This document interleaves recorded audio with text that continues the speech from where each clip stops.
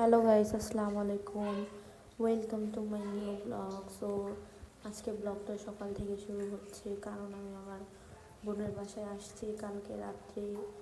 ওইগুলোর ক্লিপস নেওয়া হয়নি। তো তো ঘুম থেকে উঠেই আমার আবার অভ্যাস চুল আঁচড়ানো, তাই আমি আগেই চুলটা আঁচড়িয়ে নিলাম। এখন ফ্রেশ হব, ফ্রেশ হয়ে ভাইয়া ডাকতেছে নাস্তা খাওয়ার জন্য। আজকে 12টা বাজে ঘুম থেকে উঠছি অনেক লেট করে। সো এখন মুখ ধুইতেছি।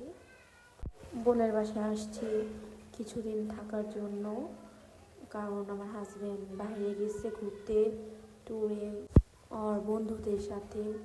তাই আমি কিছুদিনের জন্য ওই যেহেতু নাই, তাই আমি আমার বোনের বাসায় বেড়াতে আসি। তো এই সকালে ফ্রেশ ট্রেশ হলাম। এখন আমি একটু ক্রিম লাগিয়ে নিচ্ছি। তো ক্রিম লাগাতে লাগাতে আমার ভাই না, আমার বোনের ছেলে, ওই আবার কাঁদতেছে, কোলে আসবে, ওই আবার কোলে নিলাম। ও আবার দেখলো, তারপর বোন রান্না করতেছে। তো ওখানে গিয়ে ওর সাথে একটু ফাইজলামি করছি।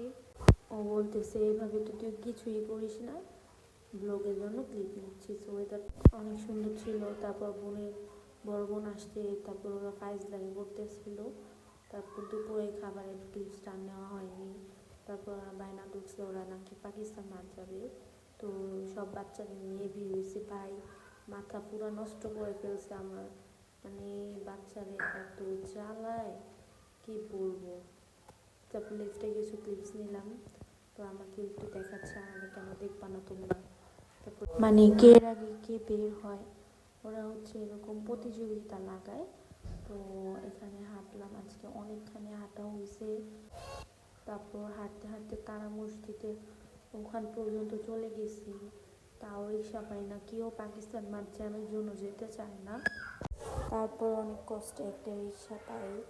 তারপর আমি এখানে কিছু ক্লিপস নিই, এতগুলো পোলাপান নেই, একটা উপরে একটা কোলে, মানে কি বলবো। তারপর আইসা বই পাকিস্তান মাঠের। তো ওখানে এসে খেলনা নেওয়ার জন্য বায়না তো করছে। তো ওকে খেলনা কিনে দিলে একটা বেলুন, জাস্ট ওটার দাম হচ্ছে 20 টাকা লাগবে। তাই আমি নিয়ে, তারপর ওরা ফুচকা খাবে। ও একজন ফুচকা খাইছে আর আতিফে মুড়ি ভর্তা খাইছে। তারপর এখানে ভেড়া ছিল, ভেড়া নিয়ে দুষ্টামি করে, তারপর বের হয়ে যায়। তারপর বাসায় নিয়ে আসে, এত জ্বালা জ্বালে ভাই কি বলবো। আর ইনি তো রিক্সার ভিতরে দিয়ে ভালো ঘুমাইছে। তারপর এই যে লিফটে উঠি, লিফটে ওঠার পর একটা অমনি ভিডিও করি যে ওর আম্মু বিশ্বাসই যায়নি যে ওটা ছেলে নাকি রাস্তায় ঘুমায়। তারপর বাসায় আসার পর বলতেছে লুডুস রান্না কর, তোর হাতে লুডুস অনেক মজা হয়। তারপর রান্না করে দিয়ে আসি। তারপর আমার বোন এনে দিয়ে, তারপর আমার বোনের বিয়ের ভিডিও দেখতেছি। তো খালামুনি এসে আবার গুঝা সিঙ্গারা বানিয়েছিল, ওগুলা দিয়ে গেছে।